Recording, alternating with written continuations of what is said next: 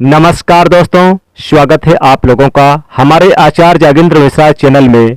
हे भगवान शिव, हे जगत पिता, हे परमात्मा, सावन की आपकी इस वीडियो को जो भी सच्चे दिल से लाइक करे उसकी जन्म जन्मांतर की गरीबी को दूर कर देना, उसके दुख दर्द, राहु दोष, शनि दोष, पितृदोष, यहाँ तक कि काल सर्प दोष भी दूर कर देना। हर हर महादेव, ओम नमः शिवाय। यदि आपकी संतान से कोई भूल हो जाए तो हमें माफ करना, हम सब आपकी ही संतान हैं। लाइक जरूर करें। दोस्तों, इस बार 2024 में कितने सावन सोमवार पड़ रहे हैं? कोई कह रहा है 4 सावन सोमवार पड़ रहे हैं, कोई कह रहा है 6 सावन सोमवार पड़ेंगे। किसकी माने किसकी नहीं, आज हम सारी गलतफहमी, सारी असमंजस की स्थिति दूर कर देंगे। और व्रत में क्या खाएं क्या नहीं जानिए सब कुछ। दोस्तों, सावन का महीना चल रहा है, ऐसे में हर कोई भगवान भोले बाबा को दिल से खुश करना चाहता है। हर किसी की इच्छा होती है कि वो सावन में भोले बाबा को खुश करके अपनी सभी इच्छाएं और मनोकामनाएं पूरी कर ले। पर कई बार आप लोग ऐसी गलतियां कर देते हैं या कर बैठते हैं जिससे शिव क्रोधित हो जाते हैं। और ये बात तो आप जानते हैं कि भोले बाबा यदि भोले हैं तो उनका क्रोध भी अत्यंत विनाशकारी होता है। भोले बाबा यदि भोले हैं, प्यारे हैं, तो उनका क्रोध भी अत्यंत विनाशकारी है। दोस्तों, इसीलिए अगर आपने या आपके घर में किसी ने व्रत रखा है या आप सावन को पूरे विधि विधान से पूरा करना चाहते हैं तो आज की इस वीडियो में जो बातें बताई गई है उनको ध्यान पूर्वक सुन के समझ लें। दोस्तों, सावन में कई ऐसे काम होते हैं जिनको करना वर्जित माना गया है। दोस्तों, अगर भोले बाबा की कृपा हो जाए तो काल भी आपका कुछ नहीं कर पाएगा, क्योंकि कालों के भी काल महाकाल। इसलिए अगर आप भी महादेव की कृपा पाना चाहते हैं तो सच्चे दिल से कमेंट बॉक्स में लिखें हर हर महादेव, ओम नमः शिवाय, और कमेंट में अपनी राशि जरूर डाल दीजिएगा। यदि हमारे पास सावन में आपकी राशि के अनुसार कोई उपाय होगा तो आकर हम आपके कमेंट में जरूर बताते हैं और आपको बड़ा लाभ होगा। दोस्तों, सावन सोमवार व्रत में क्या खाएं क्या नहीं खाएं, सावन में लहसुन प्याज खाएं या नहीं, व्रत में नमक खाएं या नहीं, कौन सी गलतियां नहीं करनी चाहिए, पति पत्नी को दूरी क्यों बनानी चाहिए और कौन से रंग के कपड़े नहीं पहनने चाहिए, ऐसी कौन सी गलतियां हैं जिसे सावन के दौरान हमें भूल कर भी नहीं करनी चाहिए, और मंदिर में जो एक लोटा जल रखा जाता है उस जल का हम क्या करें, पी जाएं या तुलसी में डाल दें या पेड़ पौधे में डाल दें या इस जल से स्नान करें। साथ ही सावन के इस पवित्र महीने में कितने सोमवार पड़ रहे हैं और सावन की समाप्ति कब है, आइए जानते हैं सब कुछ इस वीडियो में। दोस्तों, सावन का महीना कोई मामूली महीना नहीं होता। ये महीना साक्षात एक ऐसे प्रेम की सौगात लेकर आता है जिसका भक्तों को बड़ी बेसब्री से इंतजार रहता है। सावन का महीना इतना पवित्र होता है जिसका आप अंदाजा भी नहीं लगा सकते। सावन जब गरजते हैं तब धरती माता का शुभ अत्यंत मंगलकारी विशेष स्नान होता है। सावन में प्रकृति स्नान करती है और जलमग्न हो जाती है। नई फसल का आगमन होता है, हरियाली की उत्पत्ति होती है, किसान के चेहरे पर प्रकृति अपनी छाप छोड़ जाती है। सावन का त्यौहार भारत में तो मनाया ही जाता है, लेकिन क्या आप जानते हैं विदेशों में भी सावन का पवित्र महीना बड़े जोरों शोरों के साथ और खुशी के साथ मनाया जाता है। सावन में प्रकृति आपस में बातें करती है और वातावरण सुगम हो जाता है, हरियाली की उत्पत्ति होती है और नए नए बीज उगते हैं। इस मौसम में हरियाली साक्षात महादेव का स्वागत करती है और महादेव से बातें करती है। आपको बता दें कि शास्त्रों में सावन सोमवार का व्रत जो भी महिला या पुरुष करते हैं वो व्यक्ति भगवान भोलेनाथ का सर्वाधिक प्रिय हो जाता है। ऐसे व्यक्ति को भगवान भोलेनाथ अपनी शरण में ले लेते हैं। धर्म शास्त्रों के अनुसार सावन में जो आसमान में जब जल बरसता है वह भगवान शिव की जल से और श्री हरि के चरणों से होकर ही धरती पर गिरता है। सावन में बच्चे बड़े सभी को स्नान करना चाहिए। साक्षात भगवान शिव और श्री हरि का आशीर्वाद बरसता है। सावन में स्नान करने वाले छोटे बड़े शिशु, बालक, बच्चे, बूढ़े बुजुर्ग, महिलाएं जब स्नान करते हैं तो इससे वह बीमारी से मुक्त हो जाते हैं। सावन की पहली बरसात में लड्डू गोपाल को भी जरूर स्नान कराना चाहिए।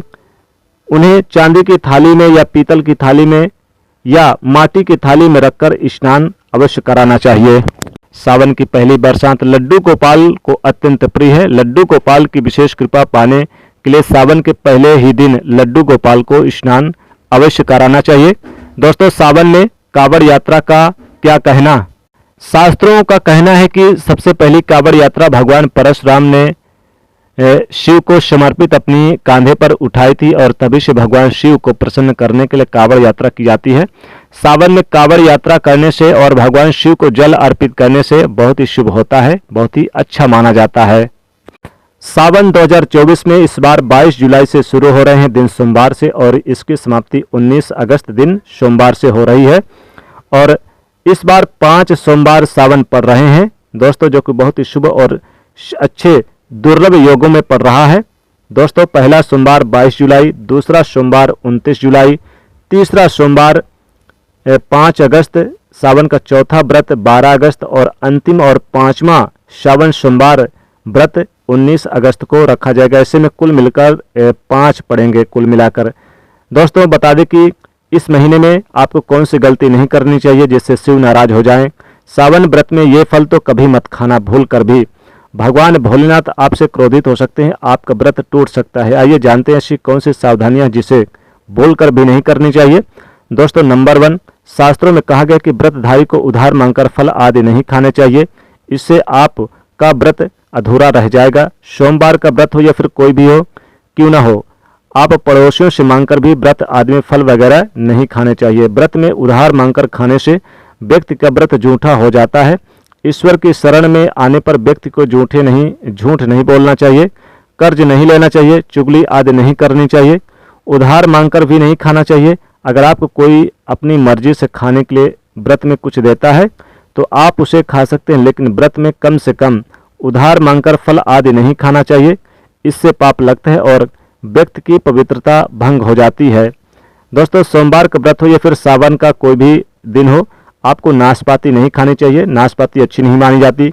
साथ ही आपको बैगन की सब्जी नहीं खानी चाहिए सावन के महीने में और आपको कुम्हड़े की सब्जी नहीं खानी चाहिए। कुम्हड़ा और जो बंद गोभी पत्ता गोभी है उसे भी नहीं खाना चाहिए, उसकी सब्जी बनाकर नहीं खानी चाहिए और साथ ही साथ लहसुन प्याज नहीं खाना चाहिए। मांस मदिरा का सेवन नहीं करना चाहिए। आपको तामसिक भोजन को त्याग देना चाहिए। साथ ही साथ आप कटहल का भी सेवन ना करें। अगर आपको खाना है तो आप सेब, मौसमी, संतरे, केला, अमरूद सब कुछ खा सकते हैं जो बहुत ही शुभ होता है। बेल का फल खा सकते हैं, अगर बेल का फल खाएं तो सोने पे सुहागा। केला खा सकते हैं, सेब खा सकते हैं जो कि महादेव को बहुत ही प्रिय है। महादेव में चढ़ाए हुए जो प्रसाद फल रूप में जैसे केव, सेला, मौसमी, अमरूद है, बेल के फल है, इनका सेवन कर सकते हैं। खीर का सेवन कर सकते हैं, साबूदाने की बनी खिचड़ी का सेवन कर सकते हैं, पापड़ के सेवन कर सकते हैं, पापड़ खा सकते हैं, आलू की पापड़ खा सकते हैं, साथ ही साबूदाने की पापड़ खा सकते हैं और साबूदाने की खीर बना के खा सकते हैं। कट्टू के आटे की बनी रोटी खा सकते हैं, ये सब कुछ खा सकते हैं। लेकिन भूलकर भी आप लहसुन प्याज की बनी सब्जी या फिर आप कुम्हड़े, बंद गोभी, पत्ते, बैगन आदि का सेवन भूलकर भी नहीं करना चाहिए। साथ ही नाशपाती का भी सेवन भूलकर न करें, नहीं तो आपका व्रत खंडित हो जाता है, व्रत भंग हो जाता है, महादेव क्रोधित हो जाते हैं। इसलिए आप बिल्कुल भी ये चीजें ना खाएं। सावन का महीना बड़ा ही पवित्र महीना माना गया, इसलिए आपको कुछ चीजें भी नहीं रखनी चाहिए, जैसे कि महादेव के पास आप यानी कि हल्दी ना रखें और तुलसी ना रखें भूलकर, और केतकी के फूल भी ना रखें और कटे फिटे जो बेलपत्र होते हैं ये भी शिवलिंग पर बिल्कुल ना चढ़ाएं। सावन सोमवार के व्रत में आपको दूध, दही, फल आदि इत्यादि का सेवन करना चाहिए। सोमवार के व्रत किसी का अपमान ना करें, अपशब्द ना बोले, ये भी ध्यान रखिएगा। और शिव की पूजा के साथ नंदी महाराज की पूजा भी अवश्य करें। दोस्तों, शिव पशु प्रेमी है, इसलिए सोमवार को चार पैर वाले पशु का अर्थात गाय, बैल की विशेष रूप से पूजा जरूर करनी चाहिए। सोमवार के दिन गाय माता को कुछ ना बोलें और उन्हें रोटी जरूर खिलाना चाहिए। बेलपत्र आप खंडित ना चढ़ाएं, स्वच्छ 3 पत्तियों वाला बेलपत्र जरूर चढ़ाएं। भगवान शिव अगर बेलपत्र कटे फिटे चढ़ाते हैं तो क्रोधित हो जाते हैं। तो आपको क्या नहीं खाना चाहिए? लहसुन प्याज की बनी चीजें यानी कि जो भी मांसाहारी चीज है, जो तामसिक चीज है, इनका सेवन ना करें। और फलों में जैसे सब कुछ हमने बताया कि सीताफल का भी सेवन कर सकते हैं। कट्टू के आटे अगर पुराने हैं तो इनका भी सेवन ना करें, क्योंकि ये पुराने आटे जब पड़े रहते तो इनमें कीड़े हो जाते, और कीड़े खाने का मतलब है कि मांस खाना, इसलिए देखकर तरोताजा आटे का ही सेवन करना चाहिए। सावन के महीने में कभी भी पत्नी के साथ नहीं रहना चाहिए, यानी कि थोड़ा सा आपको दूरी बना के रहना चाहिए, नहीं तो व्रत भंग हो जाता है, क्योंकि इसे अपवित्रता कहते हैं। इसलिए कभी भी अपवित्र होकर पूजा पाठ ना करें, पवित्र होकर ही पूजा पाठ करें। तो थोड़ी सी दूरी बनाकर ही रहें। 1 महीने की तो बात है, यानी कि पवित्र रहेंगे तो भगवान भोलेनाथ प्रसन्न हो जाएंगे। कौन से कपड़े पहने? तो आप सावन के महीने में आप हरे रंग के पहन सकते हैं, जो बहुत ही शुभ होता है। आप यानी कि पीले रंग के कपड़े, लाल रंग के कपड़े पहन सकते हैं, लेकिन भूलकर भी काले रंग के कपड़े और नीले रंग के कपड़े ना पहने। आप बाकी सभी रंग के कपड़े पहन सकते हैं। हरे रंग का पहनना, लाल रंग का पहनना, पीले रंग का पहनना बहुत ही शुभ होता है। भगवा रंग पहने, भगवा रंग बहुत ही शुभ और पवित्र माना जाता है, भोलेनाथ को प्रसन्न करने वाला रंग माना जाता है। और 1 लोटा जल जो सावन में भगवान शिव के पास रहता है, आप इस जल को, थोड़ा सा जल आप नहाने के पानी में डाल लें और नहा लें तो पवित्र हो जाते हैं। जो भी पाप दोष रोगन मिट जाते हैं। और तुलसी की क्यारी में डाल सकते हैं या किसी पौधे में बचे हुए जल को डाल सकते हैं। पूरे घर में छिड़काव भी कर सकते हैं इस लोटे के जल जो बचा हुआ है, इससे भी आपके घर में पवित्रता बनी रहती है, सकारात्मक ऊर्जा का वास होता है। सावन में ये संकेत मिले तो महादेव प्रसन्न है, जैसे कि अगर उल्लू आपके घर में आ जाए, या फिर नंदी महाराज आपके घर में, बैल आ जाए, 4 पैर वाले पशु जैसे गाय आ जाए तो बहुत ही शुभ होता है। मोर का देखना, या फिर आपको त्रिशूल दिखाई देता है, डमरू बजाई या घंटी बजाई सुनाई देती है, ये भी बहुत ही शुभ होता है।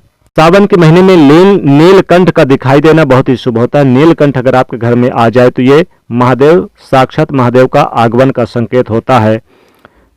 तो दोस्तों, ये थी कुछ महत्वपूर्ण जानकारी। अगर आपको इनमें से कोई भी संकेत दिखाई दिया है तो आप कमेंट करके जरूर बताइएगा। अगर आपको ये वीडियो पसंद आए तो इसे लाइक करिएगा, ज़्यादा से ज़्यादा शेयर करिएगा और चैनल को सब्सक्राइब करिएगा। हर हर महादेव, ओम नमः शिवाय।